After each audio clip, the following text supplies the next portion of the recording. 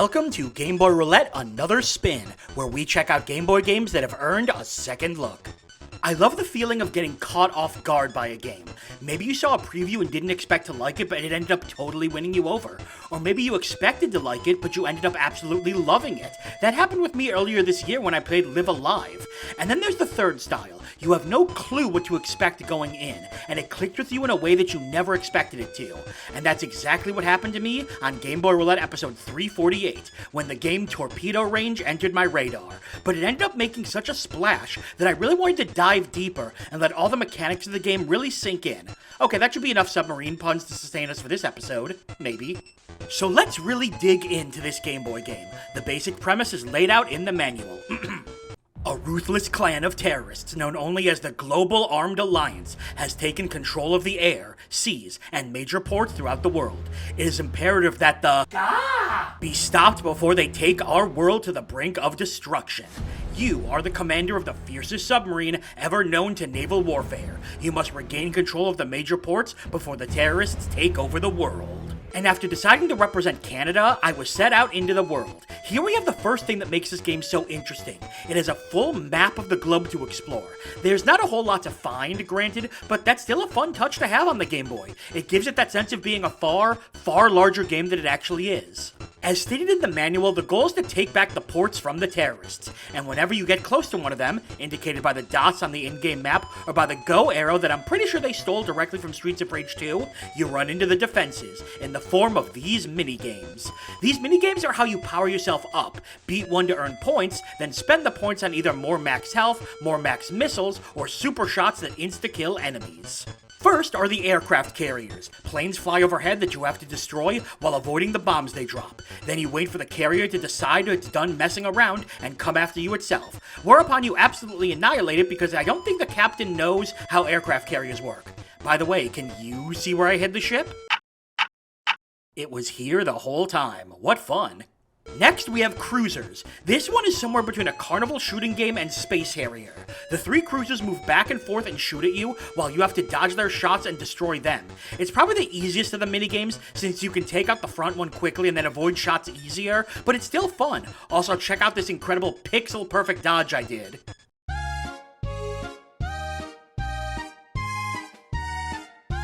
We move on to taking down a full-on battleship. This is like the cruisers, but you have to destroy each of the turrets with multiple shots, while avoiding their missiles and the boat throwing mines at you. This one can be difficult since the shots veer back and forth a lot, and you need a pretty big stockpile of missiles to do it. I failed this one the most because I would come so close to winning, only to run out of missiles at the last second and be booted out.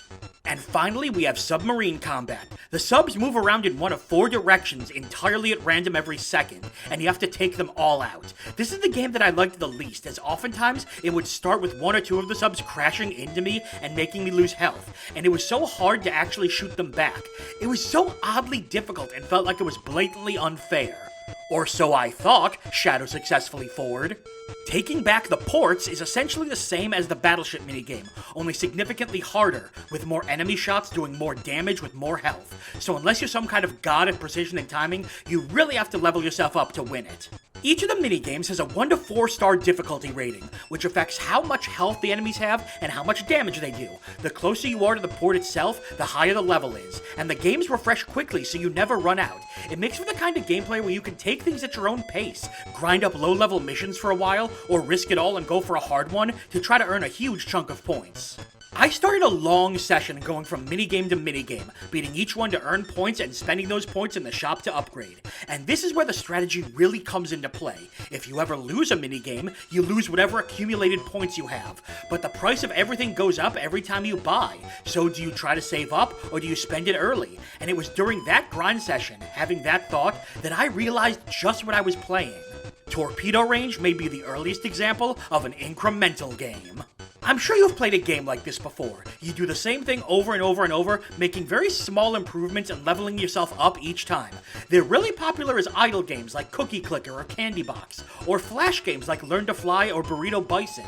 But here we have one on the Game Boy with a much more hands-on approach, almost RPG style. Yes, you only earn 1 health up or 5 missiles at a time, and that doesn't seem like much, but with enough work, you turn the little submarine that could into the ultimate death machine, who incidentally I used to play bass for in college. The game is definitely grind heavy, but the save function helps mitigate that so you don't have to do everything at once. And the grind is also big time front loaded. Once you've powered yourself up to take down one port, you can do minimal grind to get a few more super shots and move right on to the next one. And after all the work I had put in, it was such a great feeling to finally destroy all the attackers at the port, freeing Russia from the grips of the terrorists. Or if this victory screen is to be believed, apparently me just destroying the whole city? Wait, am I the baddie? That'd be a fun twist. But it was after that, and moving on to save Europe, that Torpedo Range decided it was time to really show off. I got into another submarine battle, but noticed something. The submarines were suddenly moving differently, much slower, and they had increased health too. In fact, they had different designs. That's when I learned that each of the 6 areas in the game has slight modifications on their minigames. Russia's submarines were much faster with lower health, while in Europe they were slower but bulkier. The battleship also had a different layout too, and had a bomber flying overhead to drop scatter bombs I had to avoid. So yes, not only are there a variety of minigames, but the minigames themselves are different from area to area. What a flex. And that wasn't even the end of the flexing. Out of curiosity, I started a new file to check if it was set to each area or if they change each time you take down a port. To be clear, it's set to each port. I picked Japan, and check it out, my submarine looks different too. Not just on the overworld, but in gameplay as well. None of these are amazing when you look at them now, but in the context of this game, a 1991 release for the Game Boy, made by a C-level development company who made a bunch of random mid-level retro games, half of which were Mahjong, this game is kind of astounding.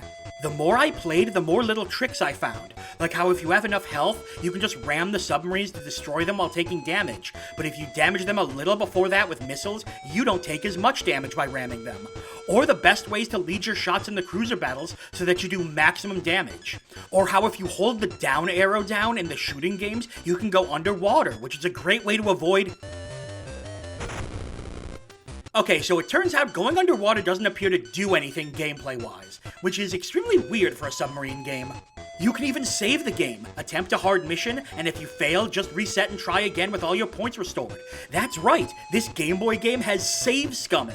The XCOM fan in me approves. Torpedo Range is kinda incredible. It's impressive, it's varied, it looks good, it plays well, it checks every single box you want for a Game Boy classic. In prepping this video, I put hours of gameplay in, and I'm eager to do more. I want to max out my submarine, and I want to save the rest of the world. So that of course begs the question, if this game is so great, why is it completely unknown? You never hear this game brought up when people are talking about underrated Game Boy games, or Game Boy games in general. The poor thing doesn't even have its own Wikipedia page, and its Nintendo wiki page, well, leaves a lot to be desired. And sadly, that comes down to one of the big issues with early 90s gaming. You had the kings of the time, your Capcoms and your Konamis, and then you had a never-ending sea of games in the B and C tier, that for the most part didn't live up to those A tiers, and didn't have the resources to be advertised or the name and brand recognition to draw your attention when you were browsing the shelves. Maybe they were great games, but they simply couldn't compete. And sure, maybe some magazine gave this a glowing review somewhere, but as kids, we didn't care about reviews for unknown games. We wanted the seal of approval for the new X-Men game and nothing else. Torpedo Range is one of many games from that era that was a victim of circumstance, but it doesn't have to be that way anymore. This game is great and it deserves to be remembered. See if you can find a copy of it for your collection. It doesn't seem to be that expensive, or at the very least, play it for yourself and experience a game that frankly should have been remembered as an innovative Game Boy classic. Maybe together, we can take this game that spent so much time underwater and bring it to the surface. Come on, I earned one more submarine pun. That's all for this episode of Game Boy Roulette, Another Spin. Make sure to like the video, leave a comment, and subscribe to follow the series as we highlight the Game Boy games that deserve a second look. I'm Brian J, and I'll see you next time.